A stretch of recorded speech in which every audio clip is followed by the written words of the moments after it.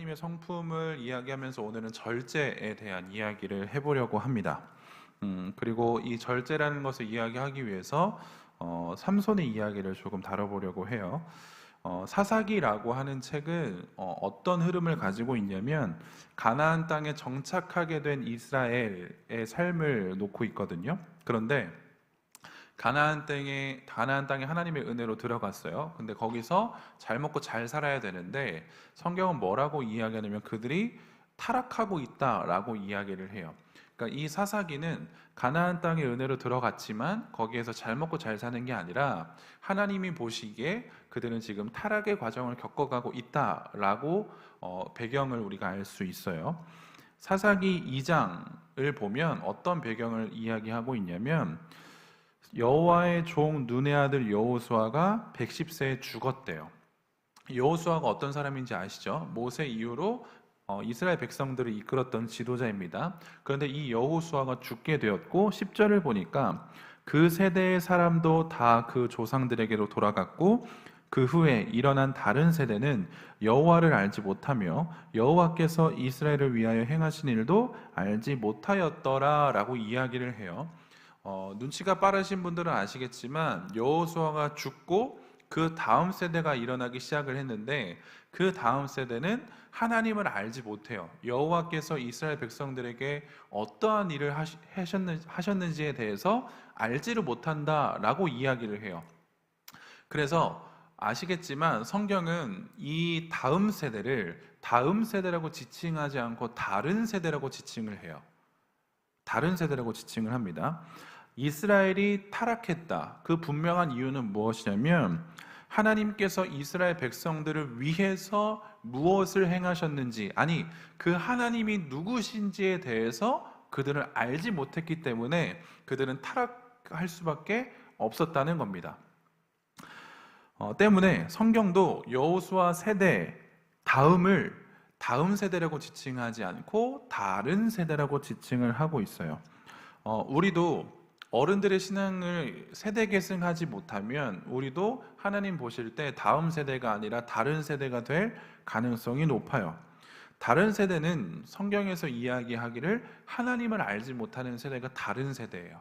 다른 세대예요. 그래서 우리는 다른 세대가 아니라 다음 세대가 되어야 하는데 이 다음 세대가 되기 위해서는 무엇을 해야 하느냐? 단 한 가지밖에 없어요. 하나님을 알아야 돼요. 하나님을 알고 그가 우리 인생에 어떠한 분이신지를 분명히 알아야 우리는 다음 세대가 된다라고 하는 거죠.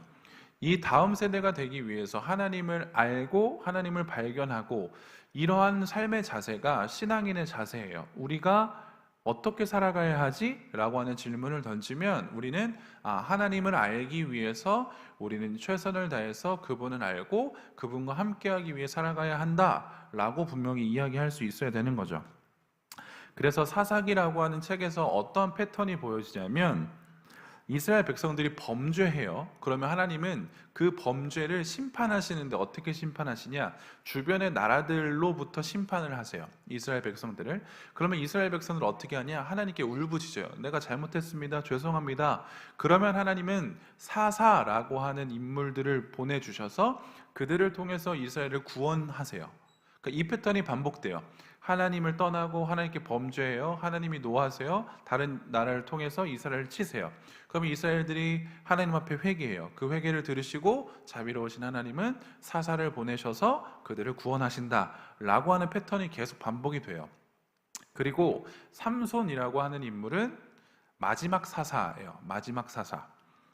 삼손이라고 하는 사람의 태생을 조금 살펴보면 그는 전적으로 하나님의 은혜로 태어난 사람이에요. 왜냐하면 삼손이라고 하는 사람의 아빠가 마노아라고 하는 사람인데 이 마노아와 아내 사이에는 아이가 없었어요.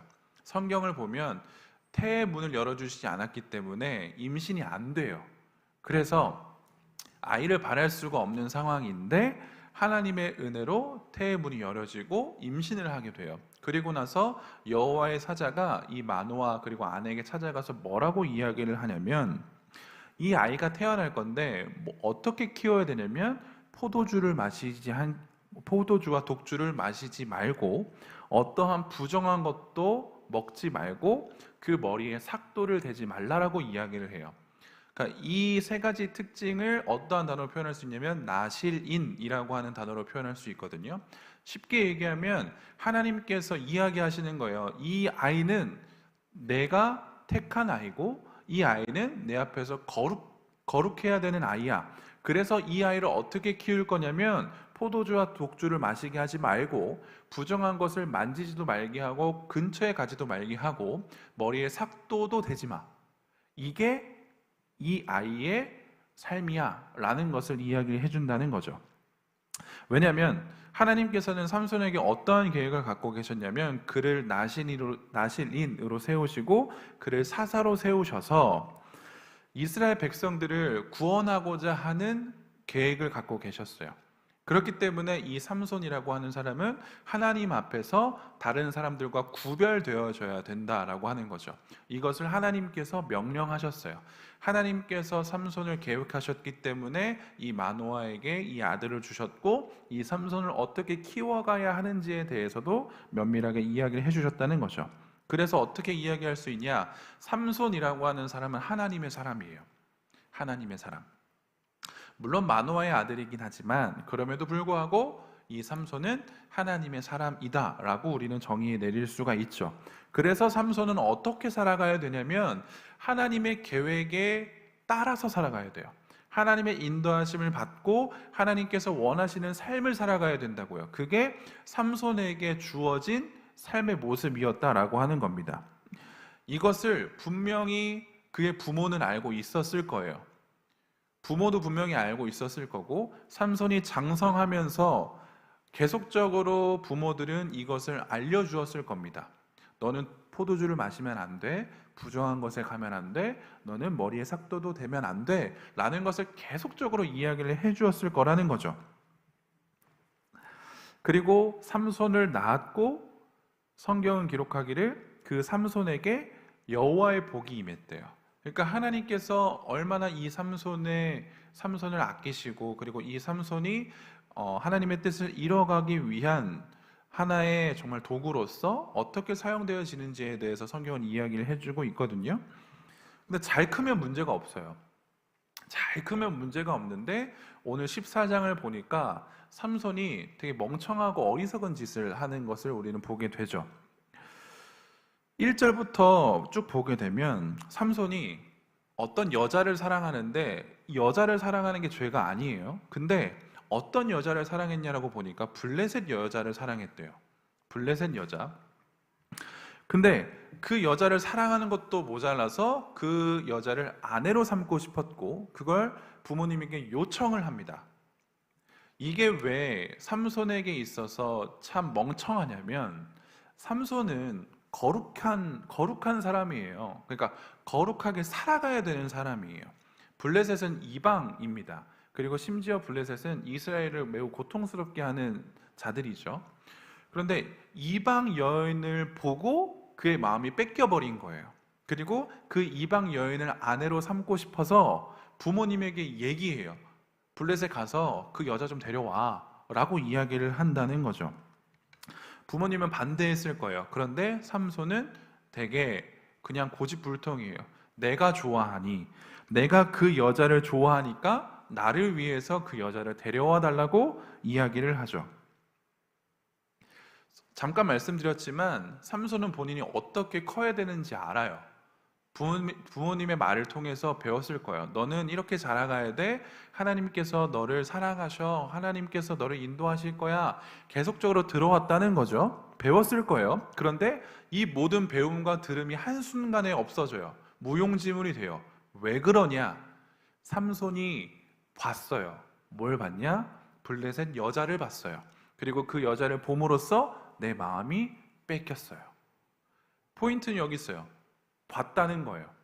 뭘 봤냐면 하나님께서 명령하신 것이 아니라 하나님 외의 것을 봤다는 것을 뜻해요. 그리고 그 외의 것을 보게 되자 어떻게 됐냐면 하나님의 뜻대로 살아가야 한다라고 하는 분명한 자신의 정체성을 버리고 그냥 내가 원하는 대로 살래요 라고 하는 나 중심적으로 바뀌기 시작했다는 거예요. 저는 여기에서 다른 세대의 모습을 삼손이 보여준다라고 생각을 해요. 자, 이 부분을 보면서 지금 이 삼손, 다른 세대가 마치 우리들의 모습인 것도 같아요. 왜냐? 듣긴 들었어요. 듣긴 들었단 말이에요. 부모님을 통해서 들었어요. 하나님이 어떠한 분이신지, 주 예수 그리스도가 어떠한 분이신지 우린 들었어요. 그런데 들음에서 멈추죠. 좋은 말씀이네요. 네, 감사합니다. 로 멈춰요. 행하지 않는다는 거예요. 더 이상 행하지 않고 행함으로 나아가지 않는 세대가 바로 다른 세대라는 거죠. 들었다면 하나님께 나아가서 하나님을 예배하고 경배하는 삶으로 살아가야 되는데 들음에서 끝났다는 거예요. 물론 우리도 이렇게 얘기할 수 있어요. 아니, 부모님 세대가 잘못 알려준 거잖아요. 더 적극적으로 가르쳤었어야지. 내가 다른 길로 갈 때 붙잡았었어야지. 나를 징계했었어야지. 부모의 역할이 그거 아닌가요? 다음 세대를 이어가고 싶으면 그렇게 해주셔야 되는 거 아닌가요? 어른들이 문제예요 라고도 이야기할 수 있겠지만 네, 그걸 부정하지는 않습니다. 그런데 또한 분명한 것은 무엇이냐면 우린 들었음에도 불구하고 안 했다라고 하는 걸 우리도 인정해야 돼요. 들었음에도 불구하고 우리는 안 했다. 삼손이 지금 이러한 결과를 가져온 것은 제대로 세대 계승하지 않은 부모님의 잘못도 있어요.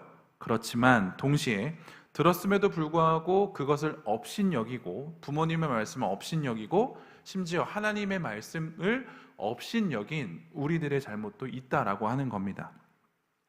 절제라는 것은 무엇이냐면 유혹이나 불편한 상황에서 욕구나 충동대로 하지 않고 감정과 행동을 조절하는 거래요. 잘 이해하실 거예요. 그런데 하나님의 성품 안에서 이 절제를 이해하기 위해선 단순하게 나의 욕망을 억제하는 게 아니에요. 단순하게 나의 행동을 절제하는 것에서 끝나는 것이 아니에요. 무엇이냐? 특별히 하나님 안에서 성품을 이야기할 때, 하나님의 성품을 이야기하고 절제를 이야기할 때는 하나님의 뜻에 따라 올바르게 살아가려고 하는 나의 삶의 모습이 바로 절제예요. 하나님의 뜻에 따라서 살아가려고 하는 것이 절제이다라고 하는 거죠. 그래서 우리는 말을 절제할 필요도 있고 돈이라는 것을 절제할 필요도 있고 우리들 건강이라는 것 또한 그리고 가족 또한 절제할 필요가 있어요. 다양한 삶의 모습을 통해서 우리는 절제라는 것을 하게 될 텐데 왜 우리는 절제해야 되냐? 이 절제라는 것을 통해서 내 뜻대로 살아가려고 하는 것이 아니라 하나님의 뜻대로 살아가려고 하기 때문에 우리는 절제를 해야 된다는 거죠. 돈, 권력, 말, 건강, 심지어 뭐까지도요? 가족까지도요. 마음대로 말하고 마음대로 쓰고 내가 마음대로 하겠다라는 것은 결코 절제가 아니겠죠. 이건 세상에서도 통용되는 겁니다. 그런데 우리는 그리스도인이기 때문에 하나님의 뜻에 따라 살기 위해서 내 마음대로 하지 않는 거예요. 하나님의 뜻을 알고 그의 인도하심을 따라 살기 위해서 내 마음대로 하지 않는다는 거예요. 내가 원하는 대로 내 삶을 디자인하는 것이 아니라 하나님의 뜻에 맞게끔 내 삶을 맡겨드리는 것이 절제라는 거예요. 우리 그리스도인으로서 해나가야 되는 절제는 그냥 돈 많이 구하지 마. 뭐 건강 그렇게 많이 신경 쓰지 마. 골치 아파. 이게 아니라는 거예요. 하나님의 뜻에 살기 위해서 우리는 절제해야 된다는 거죠.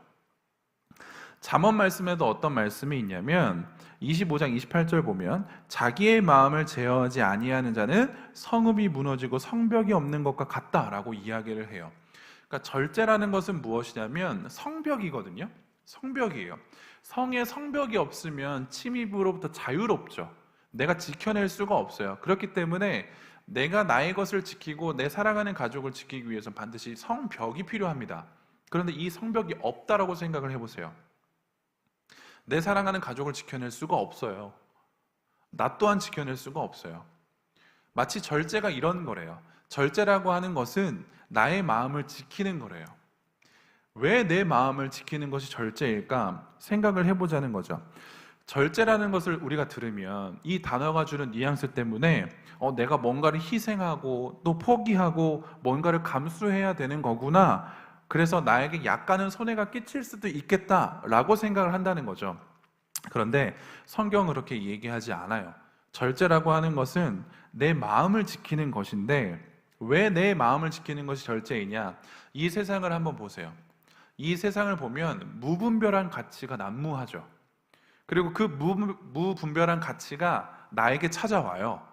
그러면 내가 내 마음을 지키려면 그것이 옳은지 그른지, 정말로 이게 나에게 유익이 되는지 아닌지를 내가 판단해야 되거든요. 내가 구별할 수 있어야 되거든요. 왜냐하면 나도 역시나 죄인이기 때문에, 나도 역시나 하나님의 자녀로서 살아가야 하는 존재이긴 하지만 여전히 난 죄인이기 때문에 내 마음 가운데도 무질서가 무분별이 있어요. 그렇기 때문에 이 마음을 지켜내기 위해선 절제라고 하는 성벽을 채워서 무분별한 가치가 내 마음 가운데 들어올 때 그걸 막아낼 수 있어야 된다고요. 근데 그렇게 하지 못해요. 왜? 절제라는 녀석이 없기 때문에 그렇다는 거예요. 그래서 절제는 나를 지키는 거예요. 무분별한 가치 속에서 무분별한 내가 올바르게 살아가기 위해서 하나님께서 주신 절제를 통해서 내가 어떻게 살아가야 되는지에 대해서 알 수 있는 거죠. 그래서 우린 절제가 필요해요. 바울은 이 세대를 본받지 마세요 라는 것을 우리들에게 권면하거든요. 무분별한 세상의 것들을 우리는 절제라는 것을 통해서 분별할 수 있어야 돼요. 그런데 오늘 본문에 보면 삼손은 이 절제를 버렸어요. 삼손은 절제를 버렸어요. 어쩔 수 없이 버린 게 아니에요. 죄의 특징은 무엇이냐면 어쩔 수 없어서 죄를 짓는 게 아니에요. 그냥 내가 지은 거예요. 의도적으로 지은 거예요. 고의로서 지은 거예요. 삼손도 마찬가지예요. 고의로 절제를 버려버린 거예요. 의도적으로 절제를 버려버린 거예요. 왜냐? 내가 좋아하는 것이 생겼어요. 내가 봤었을 때 내 마음을 끌리게 하는 것이 생겼어요. 그래서 지금까지 내가 절제라는 것을 통해서 그것들을 잘 튕겨냈지만 내가 이걸 버려버리는 거예요. 왜? 내가 좋아하는 게 생겨서. 좋아하는 게 생기는 게 죄인가요? 어떻게 생각하세요? 좋아하는 게 생기는 게 죄일까요? 물론 죄가 아닐 수 있습니다. 그런데 그 앞에 어떠한 단어가 붙으면 죄가 돼요. 어떠한 단어냐면 나를 위해서예요. 자기를 위해서라고 하는 단어가 붙으면 그거는 이제부터 죄가 됩니다. 전 농구를 좋아해요. 이렇게 저 농구 잘해요. 꽤나 잘해요. 잘 안 보이겠지만, 그렇게 안 보이겠지만, 근데 나를 위해서 내가 농구를 좋아하기 시작하면 이제부터 그건 죄가 돼요. 왜 그렇죠? 제가 여기서 농구를 이렇게 우리 아름다운 친구들과 농구를 재밌게 하면 좋겠지만 실력의 천차가 있잖아요. 그렇죠? 그래서 제가 네이버 카페에 농구하는 사람들의 그런 카페가 있어요. 그러면 거기에 뭐가 있냐? 이제 게스트로 가서 뛸 수 있는 그런 것들 공지를 올려요. 그러면 제가 수도권 게스트를 이렇게 찾아보면서 여기 근처에, 제가 심지어 어디까지 가냐면 경기도까지 한번 가봤거든요. 하남까지 갔나? 거기서까지 농구를 하고 막 올 정도였어요. 근데 그렇게 막 찾아요. 근데 거의 대부분 언제 하냐면 주말에 많이 해요. 토요일 저녁, 그리고 주일 오전 9시부터 12시 이때 많이 하거든요, 농구를. 그러면 제가 나를 위해서 농구를 좋아해. 내가 정말 그거를 절제하지 않아. 그러면 전 교회 안 와요. 정말이에요. 나는 일주일에 한 번씩 농구를 하고 싶어. 너무 하고 싶어. 좀이 쑤셔. 근데 시간을 보니까 주일밖에 없어. 해야 돼요, 말아야 돼요? 안 해야 되는 게 맞잖아요, 우리는. 근데 내가 나를 위해서 농구라는 녀석을 좋아하게 되다 보면 저는 당연히 교회 안 와요. 나를 위한다는 게 이만큼 위험한 거예요. 나를 위한다. 농구라는 것을 빗대했지만 여러분들의 삶에서는 여러분들을 위한 것들이 무수히 많습니다. 물론 여러분들 사이에서도 그런 것들을 같이 전쟁을 통해서 막 포기할 건 포기할 거예요. 그런데 잘 생각해 보세요. 예배보다 가치 있는 게 있을까요? 예배는 누구를 위한 거죠? 하나님을 위한 거예요. 그 외의 것들은 다 나를 위한 거예요. 자, 그럼 결론이 나왔죠. 절제는 뭐냐면 나를 위해서 살 것이냐, 하나님을 위해서 살 것이냐 라는 것의 싸움이에요. 절제는 나를 위해 살 것이냐, 하나님을 위해 살 것이냐, 내 마음 가운데 계속적으로 싸우는데 그것을 하나님의 승리로 이끌 수 있는 게 바로 절제라는 거예요. 우리는 우리 마음 가운데, 우리 삶 가운데 내가 하고 싶은 게 너무 많아요. 그리스도인으로서 하지 못하는 게 왜 이렇게 많아? 라고 표현하잖아요. 여전히 내가 하고 싶은 게 너무 많기 때문에 그래요. 근데 절제라고 하는 녀석은 나를 위해서 삶을 살아가려고 하지 않고 하나님을 위해서 삶을 살아가려고 도와주는 녀석이에요. 그렇기 때문에 우린 그리스도인으로서 절제라는 것을 할 수 있어야 돼요. 삼손이 이걸 버렸죠. 나의 것과 하나님에 대한 것에 대한 싸움. 그런데 50대 50이 되면 안 돼요, 여러분. 저울이 아니에요. 와, 균형 잘 맞았다. 내가 원하는 거 50, 하나님이 원하는 거 50. 와, 너무 균형 잘 맞았다. 역시 개혁주의 신학은 균형이라고 했으니까 이것도 정말 잘 맞은 거 아니에요? 아니에요. 여기에서 우리는 균형을 따져서는 안 돼요. 나 50, 하나님 50? 아닙니다. 하나님 쪽으로 완벽하게 기울어야 돼요. 내가 원하는 거 50, 하나님 원하는 거 50, 딜을 치는 게 아닙니다. 우리의 인생은 절제함으로 하나님께서 원하시고 기뻐하시는 삶으로 100% 살아갈 수 있도록 해야 돼요. 완벽하게 기울어져야 돼요. 근데 그게 어떻게 가능하냐? 절제라는 것을 통해서 가능하다는 거죠. 삼손의 절제하지 못하는 장면이 이것만이 아니에요. 뭐냐면 나실이는 시체를 만지면 안 됐어요.